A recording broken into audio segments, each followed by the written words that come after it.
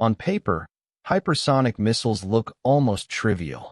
Take a vehicle, push it past Mach 5, 5 times the speed of sound. Aim it at a target. Done. But in reality, most hypersonic programs don't fail because of guidance, or propulsion, or even cost. They fail because the air itself turns hostile. At hypersonic speeds, air stops behaving like air. It becomes a chemically reactive, compressible, superheated fluid that actively tries to destroy your vehicle.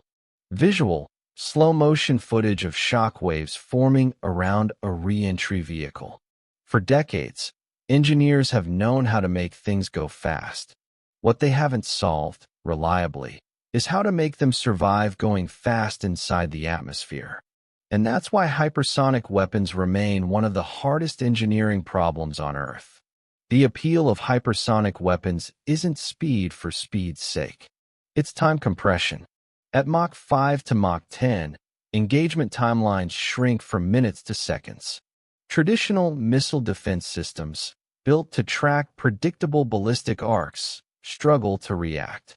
Visual, comparison animation, ballistic missile arc versus hypersonic glide path. Hypersonic vehicles also fly inside the atmosphere, allowing lateral maneuvering. That breaks many radar prediction models designed for space-based trajectories. So militarily, hypersonics promise reduced warning time, increased survivability, higher penetration probability. But every one of those advantages comes with a brutal engineering cost. At subsonic speeds, air politely moves out of the way. At supersonic speeds, it can't. Pressure waves pile up into shock waves. At hypersonic speeds, those shock waves lock onto the vehicle. Visual, CFD simulation showing bow shock hugging the nose cone. Here's the key constraint. You are no longer flying through air.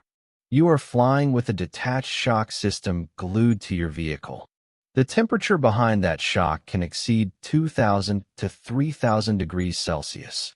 That's hot enough to melt steel, weaken titanium, break molecular bonds in ceramics. And unlike rockets in space, hypersonic vehicles cannot escape this heat by coasting upward. They must endure it continuously. This leads us to the real enemy.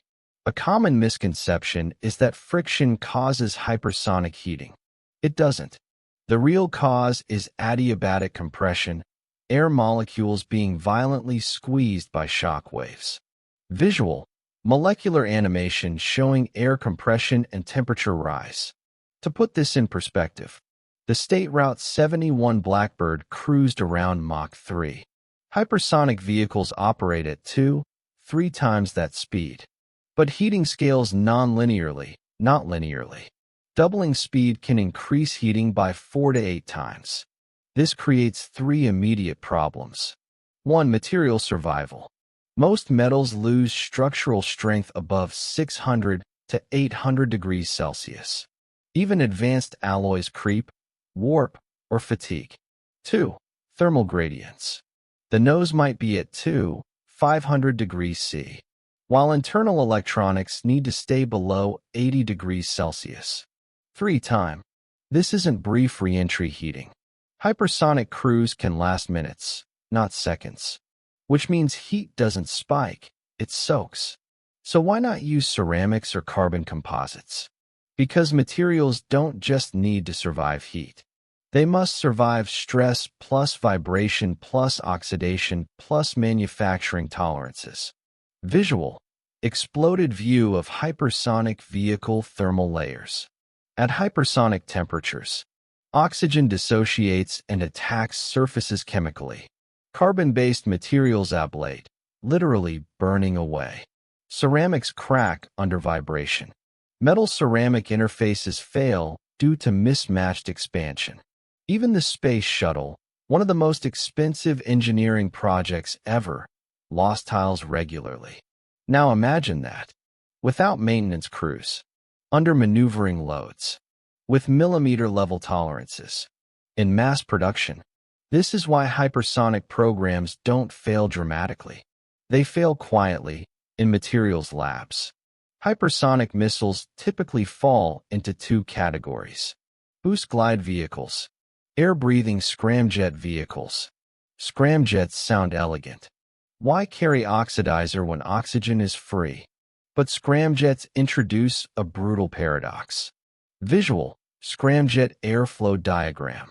To work, a scramjet must ingest air at hypersonic speed, compress it without slowing it to subsonic flow, mix fuel in milliseconds, burn it in a supersonic airstream.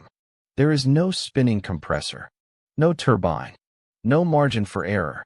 If airflow separates by a few millimeters, combustion fails. If combustion runs slightly uneven, the engine destroys itself. That's why scramjets work in tests, fail in repeatability, struggle in real operational envelopes. They are aerodynamic engines, not mechanical ones. And aerodynamics is unforgiving. At hypersonic speeds, air ionizes. That creates plasma sheaths around the vehicle. Visual: plasma glow around hypersonic body. Plasma interferes with radio communication, GPS signals, radar transparency. At the same time, the vehicle is maneuvering at extreme dynamic pressure, experiencing rapidly shifting shock patterns. Small control inputs can cause large aerodynamic changes. So guidance computers must predict airflow behavior in real time, compensate for signal dropouts, operate in extreme thermal conditions. This is not a software problem alone. It's a physics uncertainty problem. Hypersonic missiles are faster, heavy checkmark, harder to intercept, heavy checkmark.